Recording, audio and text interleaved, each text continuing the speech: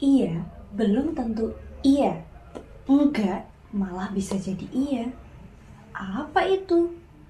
Rata-rata pesan yang disampaikan orang itu seperti itu. Karena datanya 70% pesan nonverbal itu lebih jujur ketimbang pesan yang diucapkan secara langsung. Disinilah mengapa saya tertarik untuk membaca buku ini. Buku Psikologi Komunikasi. Penulisnya adalah Jalaluddin Rahmat. Dengan tebal buku lebih dari 300 halaman.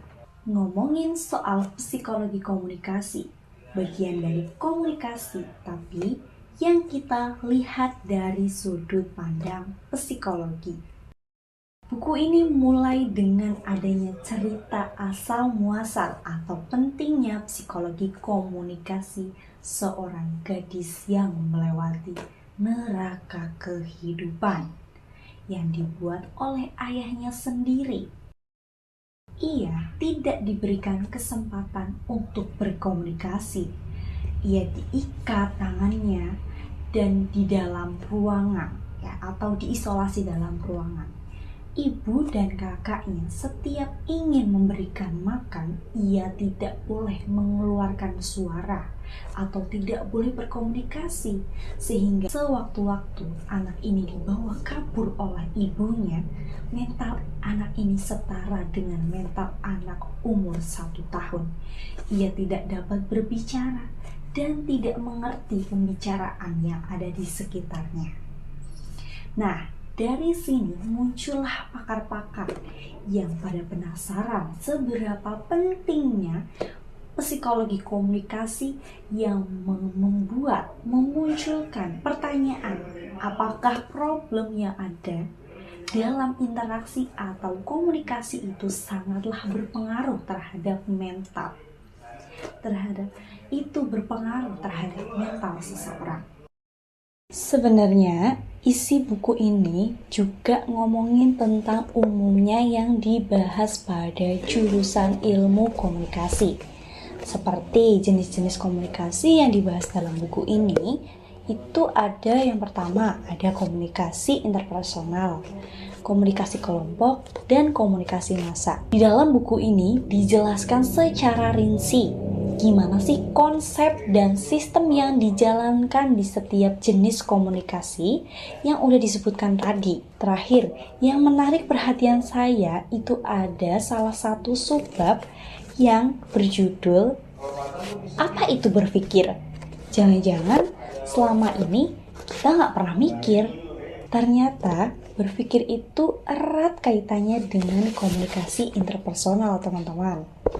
Berpikir itu mengintegrasikan semua konsep yang ada dalam komunikasi interpersonal. Berpikir akan mengubah persepsi yang berasal dari sensasi hingga berujung pada informasi yang jelas. Dengan berpikir, kita bisa menggunakan lambang-lambang, baik lambang itu verbal ataupun grafis, tanpa perlu langsung merasakan atau melakukan kegiatan yang sedang dipikirkan.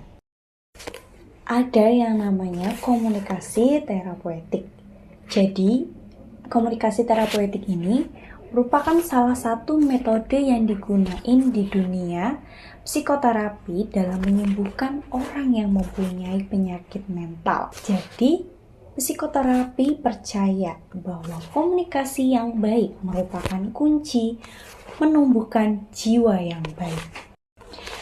Jadi, caranya dengan secara tersistem terus membangunkan komunikasi timbal balik, menjalin hubungan yang baik hingga pada akhirnya mental dewasa terbuka, tersistem, dan muncul perkembangan positif lainnya. Gimana? Seru kan membaca buku ini? Banyak banget ilmu-ilmu yang belum pernah kita ketahui tentang komunikasi, psikologi komunikasi. Dari buku ini kita bisa mempelajari semuanya, dan di buku ini juga sangat detail dijelasin gimana sih membangun komunikasi yang baik, dan di sini juga terdapat cerita-cerita tentang psikologi komunikasi. Nah, teman-teman yang mau baca buku ini, kalian bisa ke perpus aja, pasti ada buku ini. Gampang banget ini ditemuin di tempat-tempat yang lainnya. Oke, cukup sekian dari saya. Kurang lebihnya mohon maaf. Sampai jumpa lagi, kapan-kapan lagi. Terima kasih.